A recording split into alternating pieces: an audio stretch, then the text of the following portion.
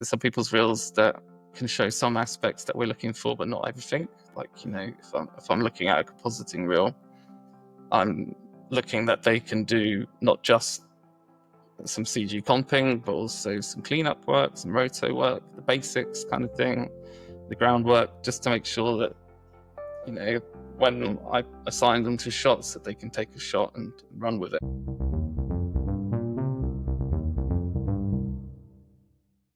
Welcome to the VFX Artists Podcast. On today's episode, we want to find out all about Futurefolk and which is Freefolk's annual internship program. And who better to tell us more about it than Rob Sheridan? So he's a VFX supervisor at Freefolk. So the intro. Yeah, Rob, yeah. It's good to have you on the podcast. Yeah, thanks for having me. Great to be on here. Yeah, perfect. Yeah, brilliant. Briefly, just tell us a bit about yourself and just, what you do in your role as a VFX supervisor on a day-to-day basis. Yeah, of course. Well, I've been working at Freefolk for 11 years now, I think it is. And I came up as a runner. Right. So I left university, struggled to find a job at the time and applied as a runner for this and kind of learnt through that way a different career path than what I thought I was going to. So I've always thought that I was going to do 3D, but in the end, kind of once you run around the building and you see the different things that people are doing, you see flame artists with clients and things, and doing presentations, you think, that looks a bit more interesting to what I want to do. So I went through that, and then I went into the transfer department, which is again, a very interesting kind of pathway. I think a lot of people kind of skip that now because of universities, but it's kind of gave me a experience where, I could learn about encoding and QCing and just more about the commercial sides, which a lot of people don't understand, the legals and things like, the problems that you have there. And then from there, I went into compositing, and I was doing that for quite a long time. Worked on a lot of commercial work and long form. Freefolk's a company that does both. But we predominantly did commercials originally, and then we moved into the long form work. I think about quite a while ago now. Before we changed from Finish to Freefolk. And then from there, I just moved up, which was all good. Went into lead compositing role, learned more about responsibilities of, guiding other artists and not just, the work that I'm doing. And then luckily kind of moved into the supervising position. Yeah. Amazing. So you said you joined Freefolk in 11 years ago, you said? Yeah. All right. A long time ago. Yeah. It's the only place I've ever been to, so it's going to be a really narrow perspective. Not at all. Tell me about how you end up finding about the runner's position and like how you end up applying for it and securing like a runner's role. It was interesting. It's because I've applied at so many different places to try and get a junior position, and I just wasn't getting there with it. And at the time I was trying to do 3D. I don't think I had the motivation as well for the 3D kind of side. Just once you get through university, you're a little bit burnt out in some ways. And I think for me, especially, it just wasn't really working. And for the runner role, I saw a position online, and you kind of come in for a trial shift, and you do a week or something where you go around and you make teas and you see how everything's done, and you make lots of mistakes. I remember on the first week I made a green tea with milk, and didn't realize that you don't do that. I've been there. Yeah, but it's a fun experience because you just kind of learn how to communicate with people, and also just see how everything is done everywhere. Grading suites you get to go into, you just surrounded by people. And then you also see the 3D ops and 2D ops and things doing. Yeah, which is really important, and it was something I was really gonna touch base with you and ask you about it, because I mean, when I was a runner, I mean, usually I guess like when we were all runners, I guess we Mm. all just were eager to like move into a seat, and Yeah, some of definitely. us mostly didn't appreciate what it was teaching us or what we were benefiting from it.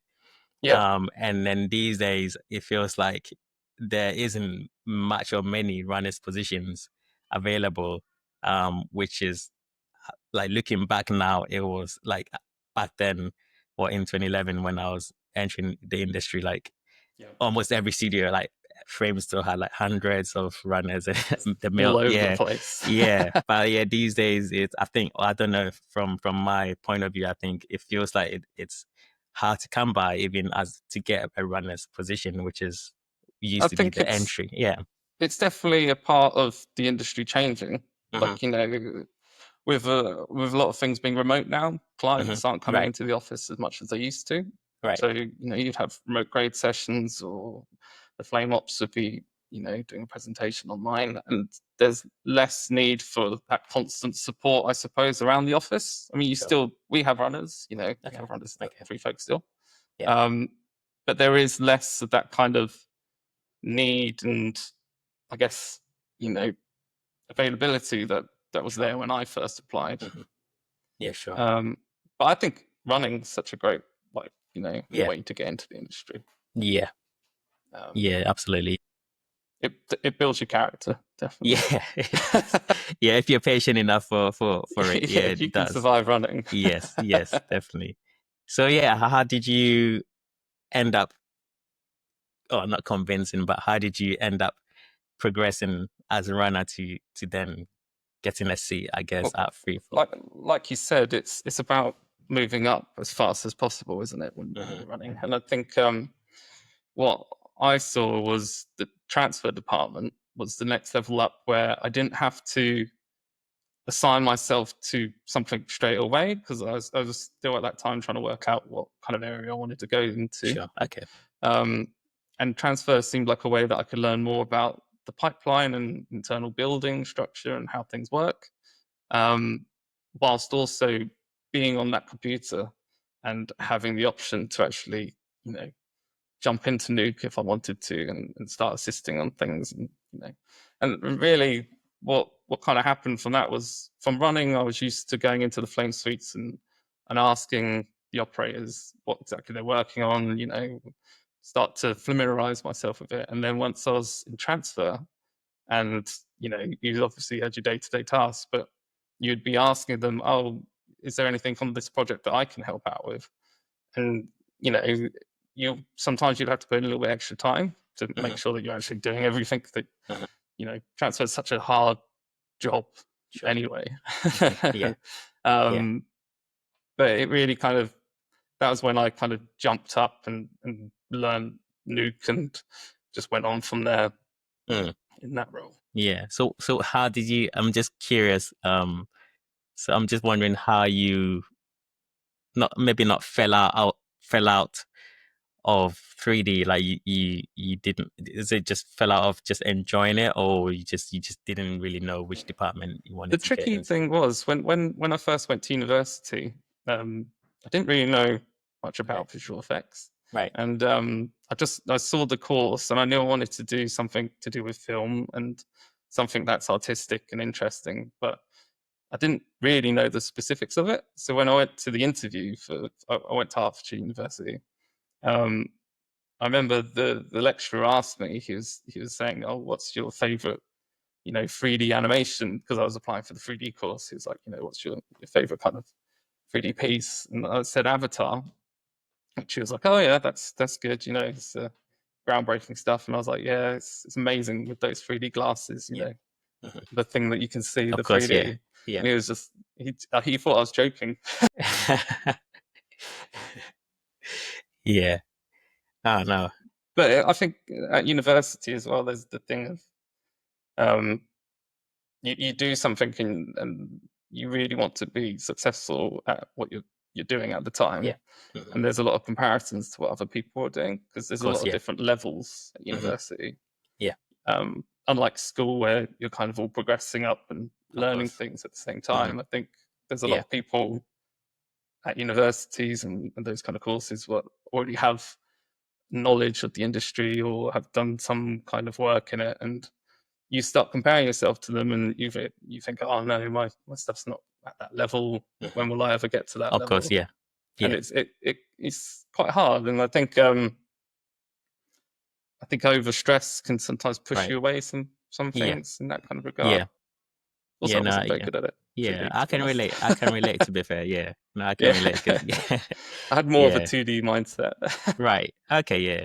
Yeah. I mean, obviously, eventually fell into your pathway in the end, which is amazing. It took a while. Yeah. I think it's just important to keep going with things, isn't it? Like, if you're really interested in working in the film industry, then you just got to keep pushing and find your way through it. Yeah, of course. Yeah, of course. Amazing. Yeah. Now, I mean, yeah, it's really amazing. But yeah, tell us a bit about Futurefolk and what makes it special, and why applicants should take advantage of it. Yeah, cool. So Futurefolk is our internship program. We've been running it for the past 8 years. Every year we take at least 2 interns, but last year I think we took 3. It really depends on the work that we have in the building, because they'll be working on actual live projects. Right. Okay. Whether it's long form or commercial, it depends on, again, what's in. But we always had them with a mentor who will be with them for the month and help them, learn the pipeline and processes. They'll be involved in dailies and rounds, and really just a good overview of what to expect as a career. And a lot of the interns that we've had have stayed on with us, right? And gone on to other places sometimes, and done really successful. So yeah. So what do you guys look for in applicants, and what makes a candidate stand out? We're looking for the best people. You just have to shine. I think it's important to obviously display your best work as much as possible. I think it's good to tell us about yourself. It's really important that you practice for the interview. If you get to that stage, make sure that you know what you want to talk about and that you can explain the work that you've done. I think with the reels themselves, there's a kind of helpful tips that we've posted to our Instagram page, which I recommend people have a look at.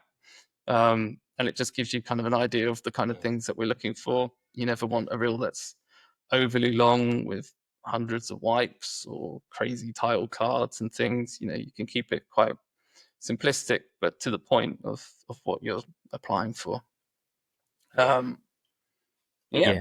Yeah, but generally, what do you think? I mean, it's difficult to ask, but what do you think applicants tend to look for, or what do they expect? And just like, I mean, I think you said last year you took on 3 people, but I was just curious, like, how many roughly complete the program and then go on to be offered a seat. But I think you've already touched on it. But yeah, what are applicants' expectations, and what. So I think applicants should expect to be working on proper projects and to come out of the internship understanding the VFX industry properly. I think, when I was at university, it was a night and day difference. The people that went on to an internship and came back and carried on the course to the ones who didn't. You just have a different kind of perspective and ambition when you kind of do that thing. And it's also just opens you up to having a contact with us. It's your first foot in the door, just like being a runner or joining as a junior in general. Having an internship, it just makes it easier for us to remember you as an artist and what you were like around the office. And yeah, it's been really great, the internship for the company, I think. Yeah. I noticed that it's pretty much open to anyone to submit to, but what kind of stages do applicants tend to be in, and maybe like what are the reasons making them pursue an internship? A lot of applicants are either in their second or third year of university. Okay.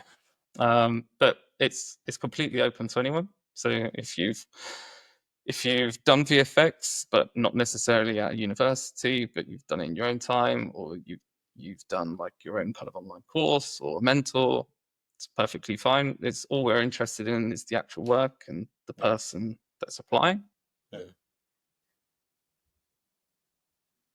A lot of people overthink it as well when they're kind of applying for these positions. Okay, of course, it happens.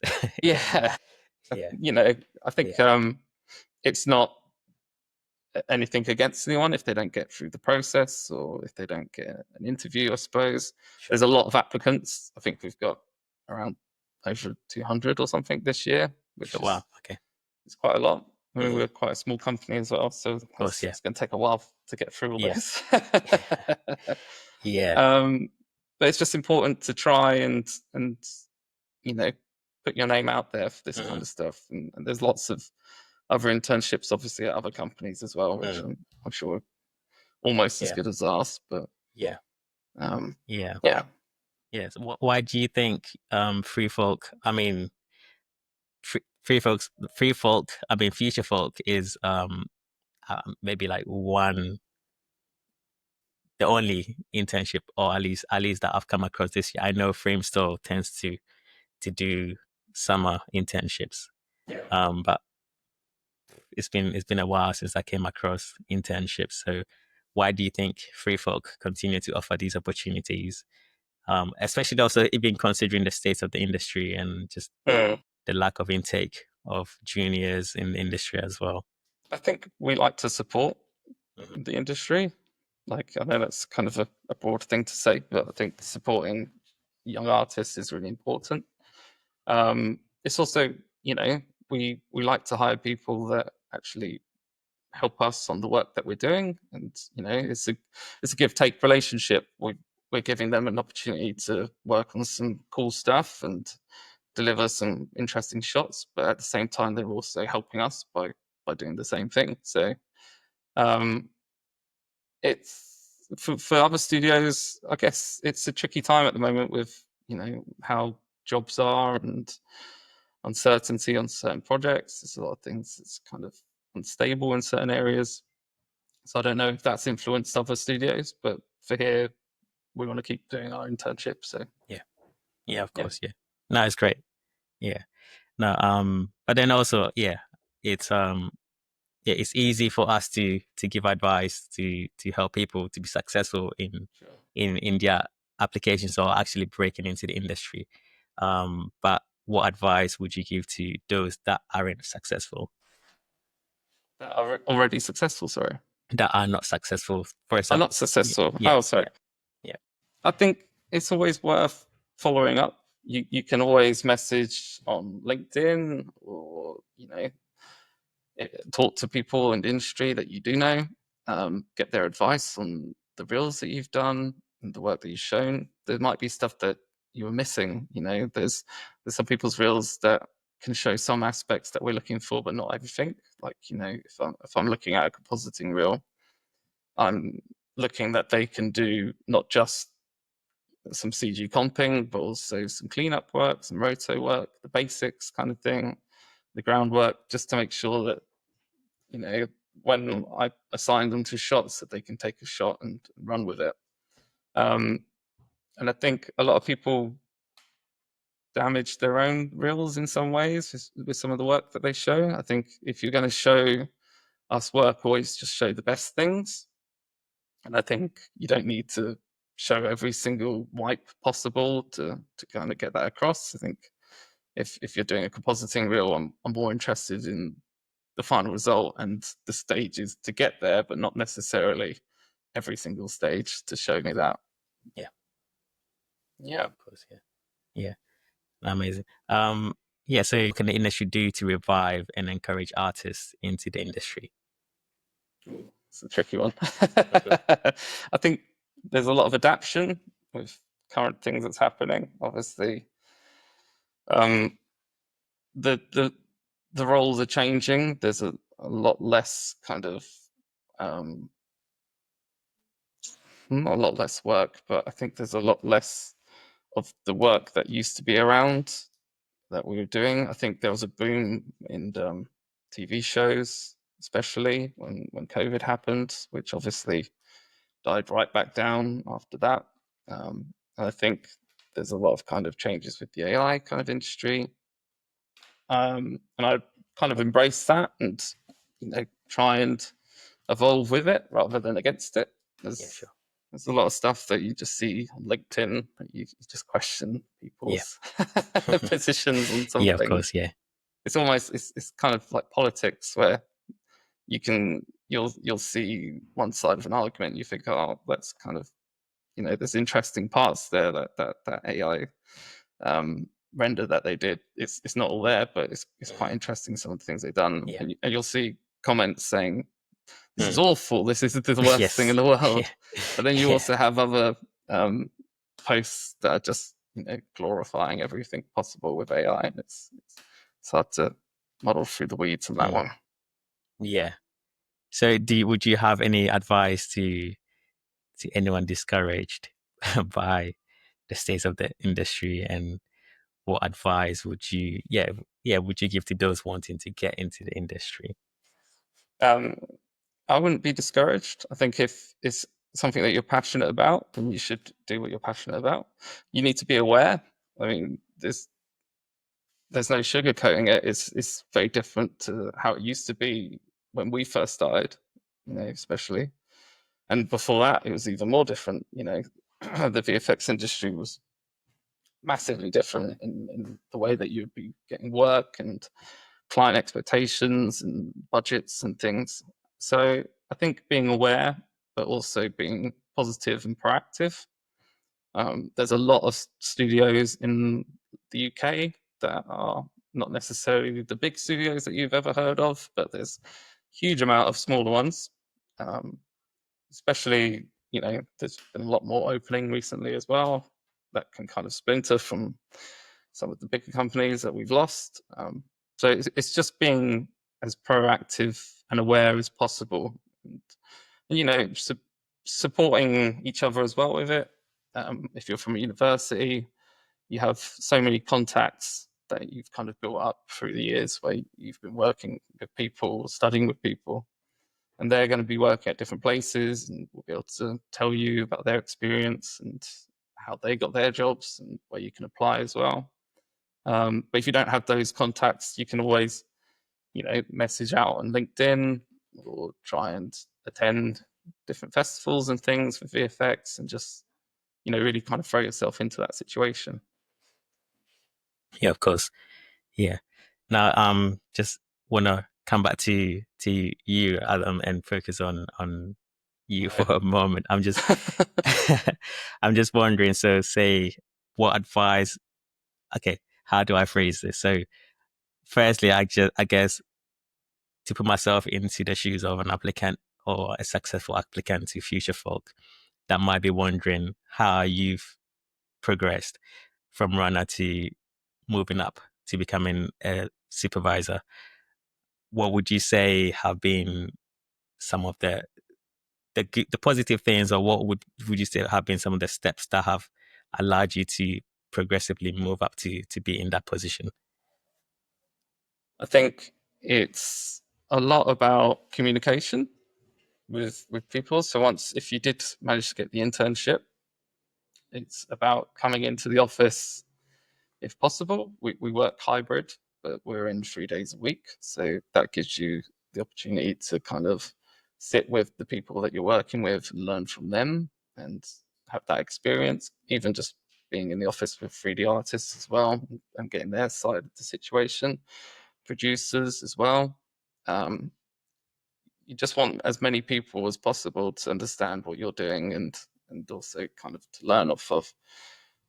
When I think about my career, it's a lot of emulation, I suppose. There's people that I see at the company who's been working here for such a long time, and you identify their skills and try to adapt that into your own kind of way of working. The way that some people communicate with clients and other artists is something that, it's just amazing sometimes that you see. And then you have people that are very technical, and you think, oh, I need to work on my technical skills here. Yeah. I always, when I was a junior compositor, it's tricky because people say you shouldn't compare yourself to other people, but in some ways I think it's good to compare, because I'll look at another junior comper and I'll think, oh, they're great at this. I need to kind of level that up, and then you start setting your sights a little bit higher. You start looking at the mid-level people, and then you think, oh, maybe I can start getting to that senior kind of level, and you just keep moving that goalpost even higher and higher up and further away, and just try and keep reaching it. Nothing really prepares you for some things in the roles, though.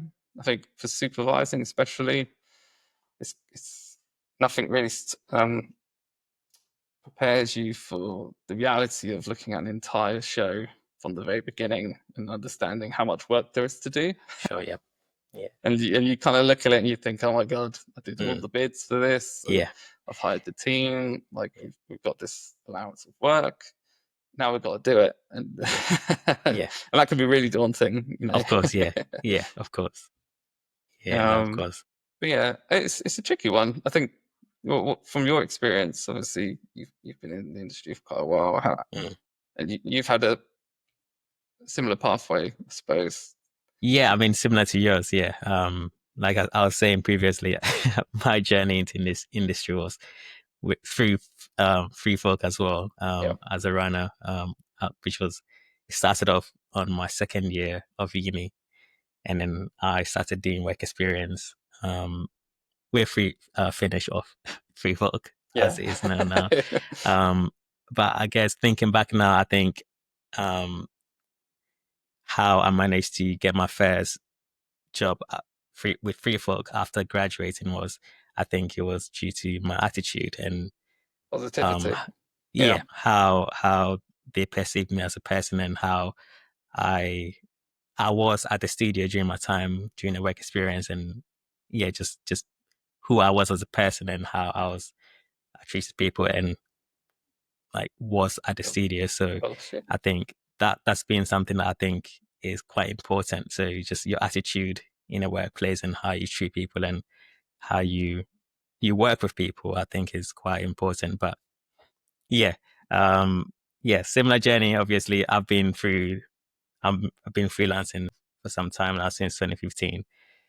But I mean, I've been more of a specialist in Match Move. But obviously, likewise, I've always been looking at my peers and people that I work with or freelance with and come across with, and gauging myself and leveling myself, making sure I'm also delivering to the standards that people that are doing much better work are doing, and trying to be in that level as well. So yeah, I think it's so important, isn't it, to keep motivated as well. And it's, a huge part of what we do is being able to take criticism on the stuff that we do, and understanding that it's not, someone being cruel or horrible to you. It's more about getting the most out of the work that we're trying to do. Yeah. And I think once you kind of nail those things where you can take criticism and you can also see where you're missing some attributes, that's when you really start picking up pace and improving so much. Yeah, of course. Yeah, definitely. All right. So last few questions. Okay. Yeah. So what do you like? What do you like the most about what you do, and what have been some of the highlights on some of the shows that you've worked on with the team? Ooh, good ones. I really enjoy the creativity side of it and the problem solving. I love when I look at a shot and I don't quite know all of the answers to it, but I know where I'm going to head, and then realizing that is fantastic. When you kind of get it from start to end. I also really enjoy, now that I'm supervising, leading a team and communicating with clients, and obviously seeing the final thing at the end is super rewarding. I think the best thing really is the people you work with, and just the amount of different people that I've had the pleasure to work with that's taught me so much and just helped me through the career and through the projects that we've done. It's just amazing. I think some of my favorite projects that we've done, we've just finished up Doctor Who, which was a really good one for me, because that was a supervising job. And there was lots of big environment work that we did, some effectsy stuff, and a lot of the Doctor Who kind of fun that they always do, running through corridors and things. We've done Napoleon, Fast and Furious, Chaos, which was a good one. We've got the Wes Anderson film that's just coming out. I'm always forgetting what the name of it is. It's something really funny. The Phoenician scheme. I'm gonna ruin that. Wes Anderson would be mad. But then there's a lot of commercials that I've really enjoyed working on. We've done like a huge amount of commercials over the years. I think what's quite handy for people to realize, especially juniors applying into the industry, that commercial work has its benefits that people don't quite understand when they first join the industry. If you're looking to really beef out your reel quite quickly, commercials, quick turnarounds, good quality work that you can get onto your reel quite quickly. Whereas if you work in a long form environment, you might do a project for a year or 2 years or whatever, and then you might find that you don't have any real material until the project comes out another year later, and then you're applying for jobs again without anything changed for the past 2 years or 3 years. And it can not look good, I guess, for some people, I suppose. But I definitely think people underestimate the commercial side of VFX and always want to go for the glamorous side of film and TV, I suppose. But there's some fantastic commercials out there, some brilliant examples of VFX.